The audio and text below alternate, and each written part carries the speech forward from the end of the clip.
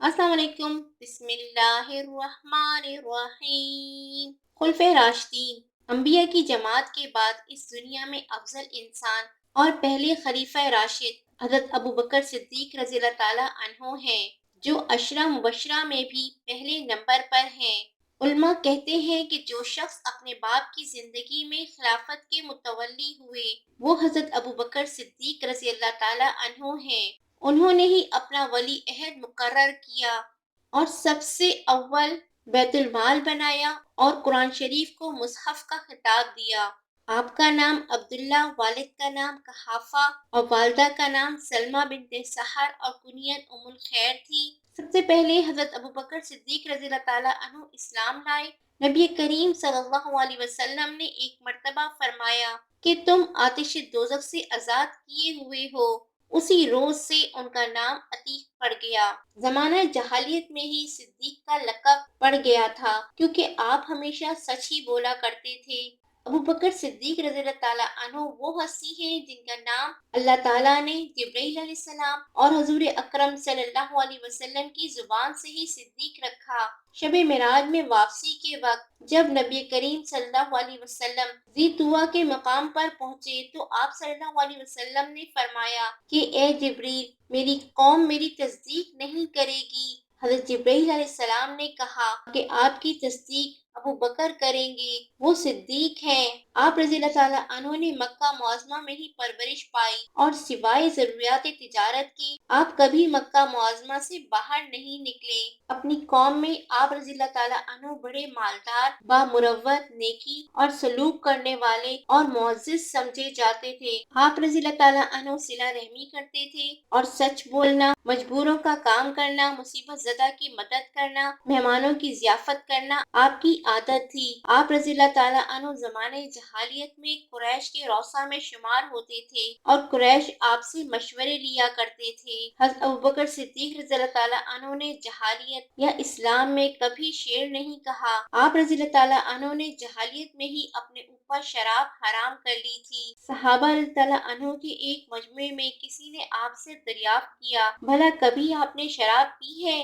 آپ نے اللہ سے پناہ مانگ کر فرمایا کبھی نہیں۔ اس نے پھر کہا کہ کیوں؟ آپ نے جواب دیا تاکہ عزت، بردبار اور مروت زائل نہ ہو، کیونکہ شراب پینے سے عزت اور مروت جاتی رہتی ہے۔ آپ رضی اللہ تعالیٰ عنہ تمام صحابہ میں سب سے زیادہ سخی تھے۔ نبی کریم صلی اللہ علیہ وسلم نے فرمایا کہ میرے اوپر ابو بکر صدیق سے بڑھ کر کسی کے احسان نہیں۔ انہوں نے اپنی جان سے بھی میری غمخواری کی اور مال سے بھی مدد کی اور اپنی بیٹی سے میرا نکاح کر دیا۔ آپ رضی اللہ تعالیٰ عنہ صحابہ میں سب سے بڑے عالم اور ذہین تھے۔ نبی کریم صلی اللہ علیہ وسلم نے فرمایا جو لوگ مجھ پر ایمان لائے ان سب میں ابو بکر صدیق رضی اللہ تعالیٰ عنہ کے مال اور صحبت کا مجھ پر سب سے زیادہ احسان ہے۔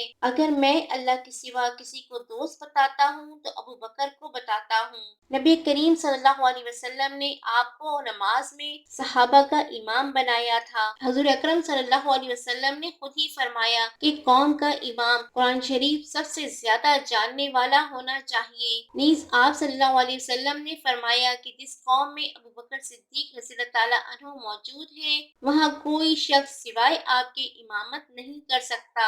اول رسالت سے لے کر آخر وفات تک آپ رضی اللہ تعالیٰ عنہ حضور اکرم صلی اللہ علیہ وسلم کے ہمراہ رہے۔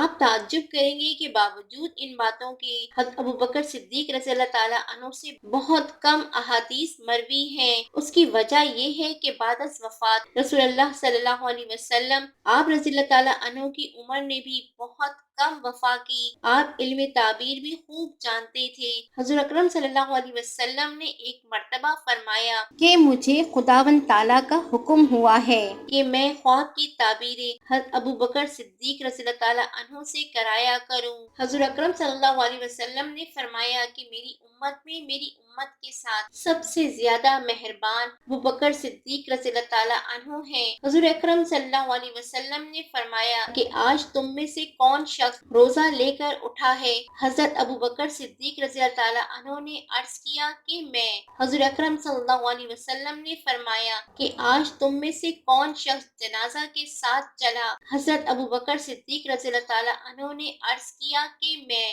حضور اکرم صلی اللہ علیہ وسلم نے دریافت کیا کہ آج مسکین کو کھانا کس نے کھلایا؟ حضرت ابوبکر صدیق رضی اللہ تعالیٰ عنہ نے عرض کیا کہ میں نے۔ حضور اکرم صلی اللہ علیہ وسلم نے ارشاد فرمایا، آج کس نے مریض کی عیادت کی؟ حضرت ابوبکر صدیق رضی اللہ تعالیٰ عنہ نے عرض کیا کہ میں نے۔ حضور اکرم صلی اللہ علیہ وسلم نے ارشاد فرمایا، جس شخص میں یہ تمام باتیں جمع ہوں وہ ضرور جنتی ہے۔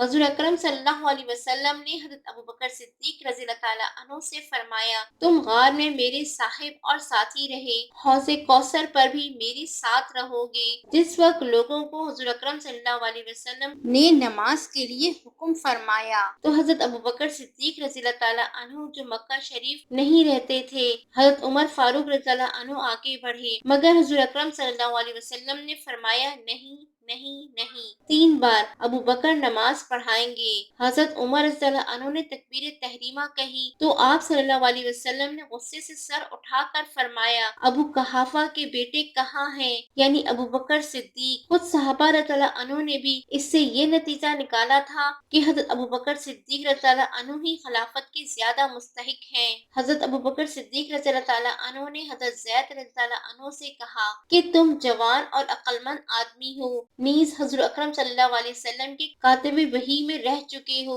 لہٰذا تم تدبیر و تلاش کر کے قرآن شریف کو ایک جگہ جمع کرو۔ حضرت زید رضی اللہ عنہ نے جمع کر کے حضرت ابو بکر صدیق رضی اللہ عنہ کی خدمت میں پیش کیا، جو آپ کی وفات تک آپ کے پاس رہا۔ اس کے بعد حضرت عمر فاروق رضی اللہ عنہ کے پاس، ان کی وفات کے بعد حضرت حفصہ رضی اللہ عنہ کے پاس رہا۔ سب سے زیادہ اجر قرآن شریف کے متعلق حضرت ابو بکر صدیق رضی اللہ عنہ کو ملے گا، کیونکہ اول آپ ہی وہ شخص ہیں جس نے قرآن شریف کو کتابی صورت میں کیا۔ حضرت ابو بکر صدیق رضی اللہ عنہ نے حضرت عثمان رضی اللہ عنہ کو بلا کر اپنا وصیت نامہ لکھوایا، فرمایا، لکھو لوگوں، میں نے تمہارے اوپر اپنے بعد حضرت عمر بن خطاب رضی اللہ عنہ کو خلیفہ مقرر کیا ہے، اسے سننا اور اطاعت کرنا۔ اگر حضرت عمر رضی اللہ عنہ عدل کریں گے تو میرے ظن اور رائے کے موافق ہے، اور اگر بدل جائیں تو ہر شخص اپنے کیے کا جواب دہ ہے۔ البتہ میں نے تمہارے لیے نیکی کا ارادہ کیا ہے، میں عالم غیب نہیں ہوں، ظالم عنقریب معلوم کر لیں گے کہ وہ کس جگہ لوٹ کر جانے والے ہیں۔ اس کے بعد حضرت عمر رضی اللہ عنہ کو خلوت میں بلا کر جو کچھ نصیحت کرنا تھی وہ کی۔ حضرت عمر رضی اللہ عنہ چلے گئے تو حضرت ابو بکر صدیق رضی اللہ عنہ نے جناب باری میں ہاتھ اٹھا کر دعا کی، الہی جو کام میں نے کیا ہے اس سے میرا مقصود صرف مسلمانوں کی اصلاح ہے، میں نے فتنہ سے ڈر کر جو کچھ کیا اس کو آپ اچھی طرح جانتے ہیں، لہٰذا میں نے مسلمانوں پر ایک ایسے شخص کو حاکم بنایا ہے جو ان میں سب سے بہتر اور قوی اور نیکی پر حریص ہے، الہی مسلمانوں کے حاکموں میں صلاحیت دیں اور عمر رضی اللہ عنہ کو اپنے خلفۂ راشدین میں داخل کر دیں۔ حضرت ابو بکر صدیق رضی اللہ عنہ نے اپنی موت کے وقت فرمایا، اے عائشہ رضی اللہ عنہا، میرے ان 2 کپڑوں کو دھو کر مجھے انہی میں کفنا دینا، یہ ضرور ہے کہ میں تمہارا باپ ہوں، اگر اچھے نئے کپڑوں میں کفنایا تو کچھ بڑھ نہ جاؤں گا، اور اگر پرانے بسیدہ کپڑوں میں کفنایا تو کچھ گھٹ نہ جاؤں گا۔ حضرت ابو بکر صدیق رضی اللہ عنہ نے حضرت عائشہ رضی اللہ عنہا کو وصیت کی کہ مجھے نبی کریم صلی اللہ علیہ وسلم کے برابر دفن کرنا۔ علماء کا قول ہے کہ اپنے باپ کی زندگی میں کوئی شخص سوائے حضرت ابو بکر صدیق رضی اللہ عنہ کے تخت خلافت میں نہیں بیٹھا، اور نہ کسی خلیفہ کے والد نے سوائے حضرت ابو بکر صدیق رضی اللہ عنہ کے اپنے بیٹے کا ترکہ پایا۔ حضرت ابو بکر صدیق رضی اللہ عنہ نے حضور اکرم صلی اللہ علیہ وسلم سے 142 حدیثیں روایت کی ہیں۔ حضرت ابو بکر صدیق رضی اللہ عنہ نے 2 سال 7 ماہ خلافت کی ہے۔